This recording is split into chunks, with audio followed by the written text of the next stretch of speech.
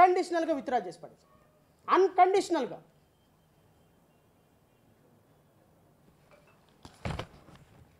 దీనికి గౌరవ న్యాయస్థానం డేటెడ్ 18th November 2024లో petition criminal MP number 911 of 2024 under section 311 of CRPC is allowed and the accused discharged for the offences punishable under section 499 and 500. అంటే కూటమి ప్రభుత్వం రావటంతోనే ఈ కేసుని విత్డ్రా చేసుకుంటూ పబ్లిక్ ప్రాసిక్యూటర్కి ఆథరైజేషన్ ఇచ్చి కంప్లీట్గా 321 సెక్షన్ CRPC కింద కేసుని విత్డ్రా చేసి పడేశారు. కేసుని విత్డ్రా చేసుకున్న తర్వాత ఈ కేసు మొత్తాన్ని క్లోజ్ చేస్తూ Guntur 4th additional district judge court case close చేసింది. ఎవరి మీద? పవన్ కళ్యాణ్. నీతి, నిజాయితీ, మంచి, మానవత్వం, సౌభాతృత్వం ఇవి తప్ప పవన్ కళ్యాణ్ నుండి ఇంకో మాట వినపడవు. ఈ డిబేట్లకు వచ్చే వేరే మహిళలకి మాట్లాడే జన సైనికులకు కూడా నేను చెప్తున్నా, మీ పవన్ కళ్యాణ్ గారు తన మీద పెట్టినటువంటి కేసుని త్రూ లీగల్ ప్రాసెస్ ద్వారా విత్డ్రా చేసుకోవాలి అనేది చట్టం చెప్తుంది. ఏ చట్టం చెప్పిందమ్మా కేసు విత్డ్రా చేసుకోమని మిమ్మల్ని? మీరు ఉప ముఖ్యమంత్రి అవ్వగానే మీ మీద కేసులన్నీ మీరే విత్డ్రా చేసుకుంటారా ఏంటి? మీ అధికారులకు చెప్పించి కేసు విత్డ్రా చేసుకుంటే అది పరిపాలన?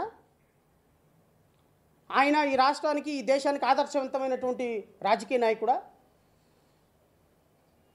మీరు పెట్టిన కేసులు మీరే విత్డ్రా చేసేసుకొని ఎవరో ప్రభుత్వం పెట్టింది, అది జగన్మోహన్ రెడ్డి పెట్టాడా, రాజశేఖర రెడ్డి పెట్టాడా, XYZ పెట్టాడా అనవసరం. ఈరోజు చంద్రబాబు నాయుడు పెట్టిన కేసులన్నీ ఆ రోజు రేపొద్దున మళ్ళీ జగన్మోహన్ రెడ్డి వచ్చి విత్డ్రా చేసుకుంటే మీరు ఒప్పుకుంటారా? అసలు మనం ఒప్పుకున్నామా? ముందు అది చెప్పండి. 2019 నుంచి 2024 వరకు ఎన్ని కేసులు పెడితే కూటమి పెద్దల మీద, జగన్మోహన్ రెడ్డి మీద పెట్టిన కేసులన్నీ విత్డ్రా చేసుకుంటుంటే మనం ఎన్ని వందల డిబేట్లో మాట్లాడలేదండి తెలుగుదేశం అధికార ప్రతినిధులు? రాజకీయ నాయకుల మీద పెట్టిన కేసులన్నీ జగన్మోహన్ రెడ్డి ప్రభుత్వం విత్డ్రా చేసుకుంటే హైకోర్టులో ప్రజా ప్రయోజన వ్యాజ్యం వేసి సామినేని ఉదయభాన్ దగ్గర నుంచి, విడదల రజనీ దగ్గర నుంచి, పెద్దిరెడ్డి రామచంద్రారెడ్డి దగ్గర నుంచి పెట్టినటువంటి కేసులన్నీ విత్డ్రా చేసుకుంటే ఆ కేసులన్నీ మళ్ళీ కొనసాగించాలి, అలా విత్డ్రా చేసుకోవటం కుదరదు అని నేను పబ్లిక్ ఇంట్రెస్ట్ లిటిగేషన్ వేసి కృష్ణాంజనేయులు గారు, APJF ప్రెసిడెంట్ కృష్ణాంజనేయులు గారు పిటిషనర్గా హైకోర్టులో ఆర్గ్యూ చేసి ఆ కేసెస్ అన్నిటిని మళ్ళీ రీఓపెన్ చేయించింది జడా శ్రవణ్ కుమార్. మరి ఆ రోజున జగన్మోహన్ రెడ్డి ప్రభుత్వాన్ని మనం తప్పు పట్టాం కదా, కేసులు విత్డ్రా చేయించుకుంటున్నారని. జగన్మోహన్ రెడ్డి ప్రభుత్వం మీద పెట్టినటువంటి, జగన్మోహన్ రెడ్డి ప్రభుత్వంలో గత ప్రభుత్వంలో జగన్ మీద పెట్టిన కేసులన్నీ విత్డ్రా చేసుకుంటున్నాడని క్రిమినల్ RCలు వేసి ఆ గుత్తిలో కోర్టు, నంద్యాలలో కోర్టు, విజయవాడలో కోర్టులో ఉన్న కేసులన్నీ జగన్మోహన్ రెడ్డి విత్డ్రా చేసుకుంటే ఆ రోజున డిబేట్లో జగన్మోహన్ రెడ్డి కేసులు విత్డ్రా చేసుకోవటం లేదని హైకోర్టులో ప్రజా ప్రయోజన వాద్యాలు వేసి క్రిమినల్ RCలు వేసి అవన్నీ ఆర్గ్యుమెంట్లు చెప్పించిన సందర్భంలో మేమందరం మీకు సపోర్ట్ చేసాం కదా. మీరే కదా, తెలుగుదేశం పార్టీ వరలరామి గారే కదా కేసేసింది. జగన్మోహన్ రెడ్డి మీద కేసులు విత్డ్రా చేసుకోవడానికి లేదు, అధికార దుర్వినియోగం అని మాట్లాడింది. మరి ఇప్పుడు దీన్ని ఏమంటారు? ఇది అధికార సద్వినియోగమా? పవన్ కళ్యాణ్ గారు, చంద్రబాబు నాయుడు గారు చెప్పండి, ఇది అధికార సద్వినియోగమా, అధికార దుర్వినియోగమా? అరే పొద్దున లెగిస్తే నీతి, నిజాయితీ, ట్రాన్స్పరెన్సీ, పరిపాలన అద్భుతం, ఆకాశం తప్ప ఇంకో మాట మాట్లాడిన కూటమి ప్రభుత్వం చేసేదన్నీ ఇట్లాంటి పనుల, మాట్లాడేది మాత్రం నీతులా?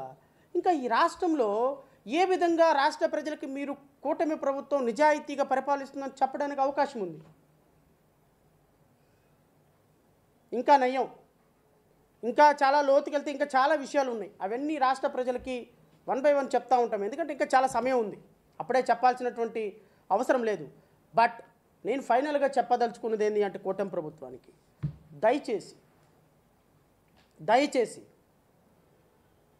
కక్ష సాధింపు రాజకీయాలు మీరు మొదలుపెట్టారు, వాటిని ఇంతటితో ఆపండి. That does not mean that I'm supporting Jaganmohan Reddy గారు. ఒకవేళ జగన్మోహన్ రెడ్డి గారు వారి టీం తప్పు చేస్తే లా ప్రకారం డీల్ చేయండి, తప్పేం లేదు, దానికి ఎవ్వరు సపోర్ట్ చేయండి. పోసాని కృష్ణమురళి ఆయన ఒక మాట మాట్లాడారు, పాపం ఒక కేసులో బెయిల్ వస్తే ఇంకో కేసులో రిమాండ్, ఈ కేసులో బెయిల్ వస్తే ఇంకో కేసులో రిమాండ్, ఆ కేసులో బెయిల్ వస్తే ఇంకో కేసులో రిమాండ్, ఇలా ఒక వ్యక్తిని టార్గెట్ బేస్డ్ తోటి ఒక ప్రభుత్వం చేయొచ్చా? చంద్రబాబు నాయుడు గారు నేను అనుకోని సందర్భంలో ఆయన మీద దాడి జరిగినప్పుడు కుప్పంలో నేను వారిని వెళ్ళి కలిశాను.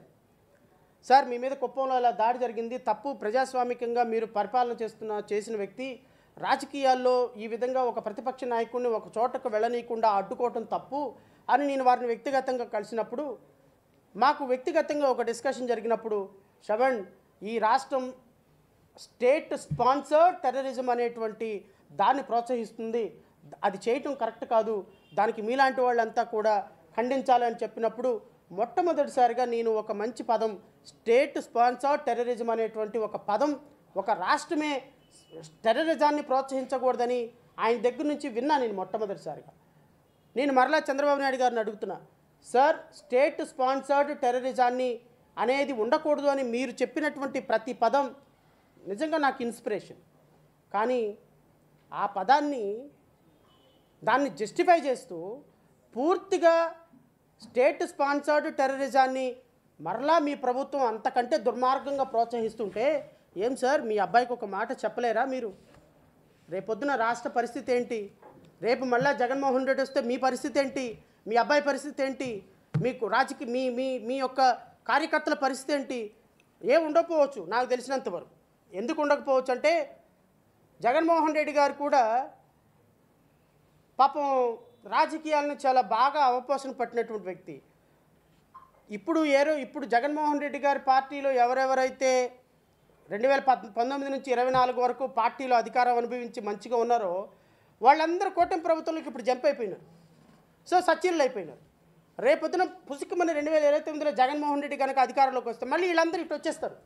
అప్పుడు ఏం ఉండదు, జగన్మోహన్ రెడ్డి ఏం అండవాళ్ళు, వీళ్ళిద్దరూ పిల్లి ఎలకల్లాగా కొట్టుకుంటూ ఉంటారు, మధ్యలో నాశనం అయిపోయేదంటే ప్రజలు.